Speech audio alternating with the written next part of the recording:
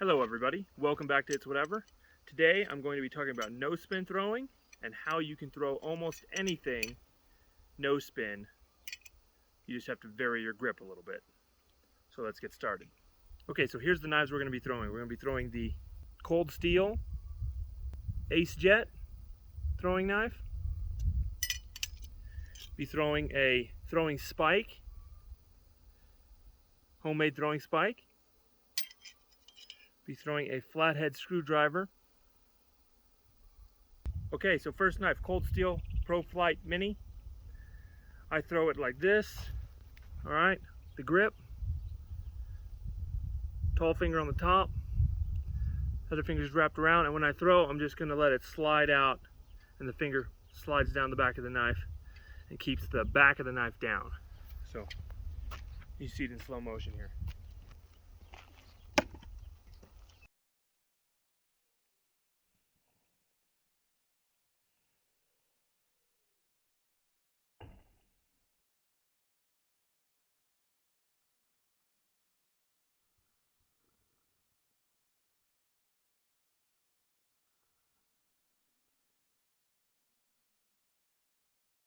Okay, so now we're going to use the Acejet. This one's a little rusty. I lost it outside and then found it again. So Acejet, the Acejet is a lot heavier than the other knife. For any kind of heavy knife, what you're going to need to do is when you throw, you're going to put more pressure with the tip of your finger on the knife as it's released. You can even hook your finger a little bit like this. As it comes off, it increases the pressure on the back of the knife, causing it to stay back. For a heavier knife, you need to increase the pressure.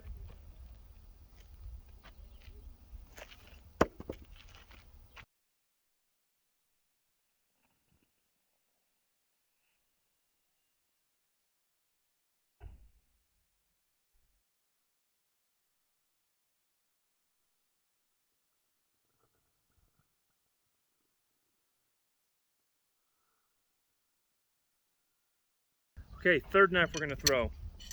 It's a throwing spike made by Paul.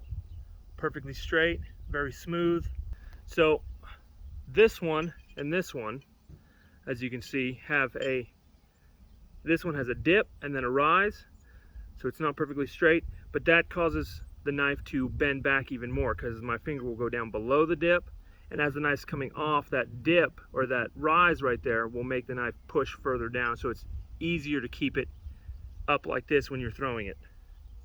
Same with this. So when you're throwing it, this rise right here, as your finger rides off of it, it pulls the back of the knife down or pushes it down because the knife gets bigger on the back and it makes it easier to throw. All right, so this one's perfectly straight, no rise in the back. So as the knife comes out of my hand, I'm going to need to cause extra force downward. So basically I'm going to be letting, as the knife comes out of my fingers here, comes out, and then this hook will cause the back of the knife to be pushed down even further. So that's what you have to do with straight knives. You have to cause extra force on the back of the knife to make it do the same thing.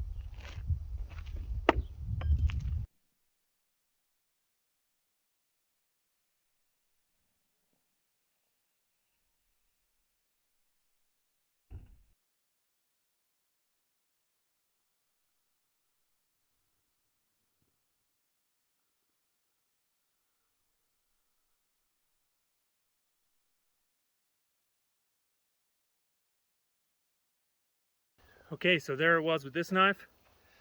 I don't know if you could tell, but I did have a hook on the knife like this as it came out, causing it to fly straight, hit the target. Didn't stay in the target for some reason, maybe because it's a lot thicker than the other knives, but it did make a gash, big gash in the target where it hit. So any kind of straight knife, you're going to need to put a lot more pressure down on the back of the knife as you throw. You got to be careful because the knife can also cut your finger if it's super sharp along the ridge. Next thing we're going to do the screwdriver.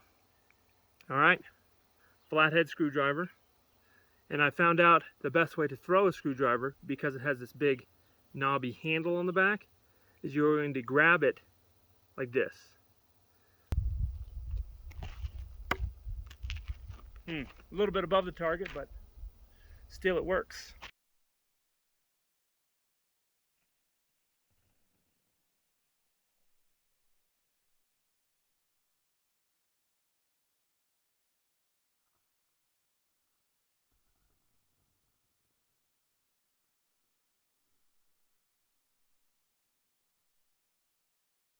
It was hard to see all the different adjustments I made with my finger when I was throwing the knife, but believe me, every little adjustment you make is going to cause a huge impact on what the knife does in the air.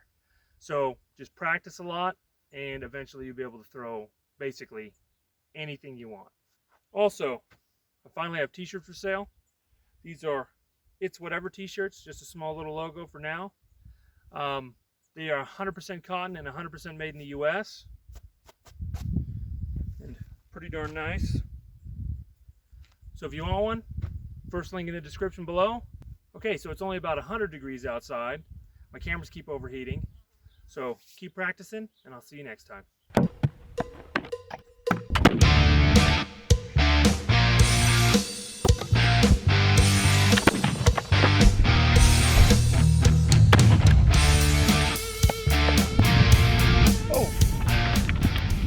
Oh my goodness, that one was loud.